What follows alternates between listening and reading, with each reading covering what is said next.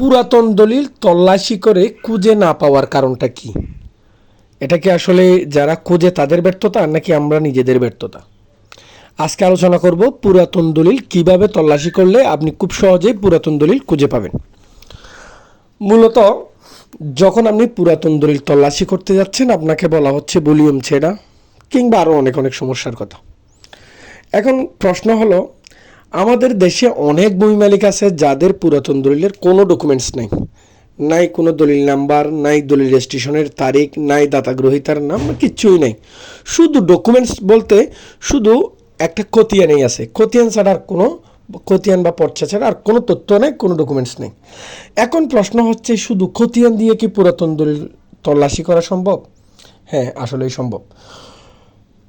আমি আপনাদেরকে আজকে পুরাতন দলিল কিভাবে তল্লাশি করবেন বা কোন কোন তথ্যের ভিত্তিতে পুরাতন দলিল তল্লাশি করলে আপনি খুঁজে পাবেন এই বিষয়ে বেশি একটা ধারণা দেব। ধরেন আমি মনে করলাম আপনার কাছে শুধুমাত্র খতিয়ান বা পর্চা আছে, এই ছাড়া আর কোনো ডকুমেন্টস নেই। সেক্ষেত্রে আপনার করণীয় কী? সেক্ষেত্রে আপনার করণীয় হচ্ছে, আপনি খতিয়ান দিয়ে পুরাতন দলিল খুঁজে বের করতে পারবেন কিভাবে? খতিয়ান দিয়ে পুরাতন দলিল খুঁজে বের করতে হলে আপনাকে যে কাজটি করতে হবে সেটা হচ্ছে ওয়ার্কিং ভলিউমের ড্রাফট উত্তোলন করতে হবে। কারণ ওয়ার্কিং ভলিউমের ড্রাফটের মধ্যে কিন্তু উল্লেখিত থাকে আপনার নামে কিসের ভিত্তিতে রেকর্ডটা হলো। মনে করেন আপনার নামে দলিলের মাধ্যমে রেকর্ড হলো, তাহলে কত নাম্বার দলিল, কত সালের দলিল, কত ভলিউমের দলিল, সম্পূর্ণ ডিটেলস সেখানে থাকবে। ধরেন আপনার নামে কোনো মামলার ডিগ্রি মূলে রেকর্ড হলো, তাহলে মামলার ডিগ্রি নাম্বার, কত সালের মামলা, এগুলা সম্পূর্ণ ডিটেলস থাকবে।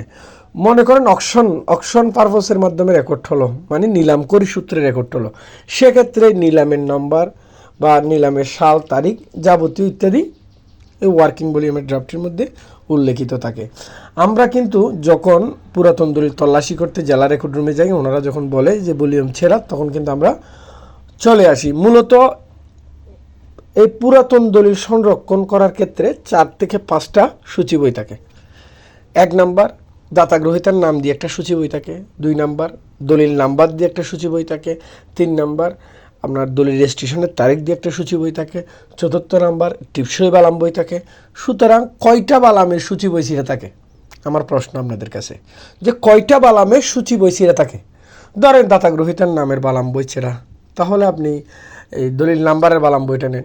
দলিল নাম্বারের বালাম বই যদি ছিঁড়ে থাকে তাহলে আপনি রেজিস্ট্রেশন তারিখের বালাম বই নেন। যদি এটাও যদি আপনার ছিঁড়ে থাকে তাহলে আপনি টিপসই বালাম বই নেন। কয়টা বালাম বই ছিঁড়ে থাকে?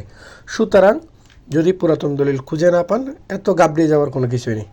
এই পুরাতন দলিল খোঁজার বিভিন্ন ধরনের পদ্ধতি রয়েছে।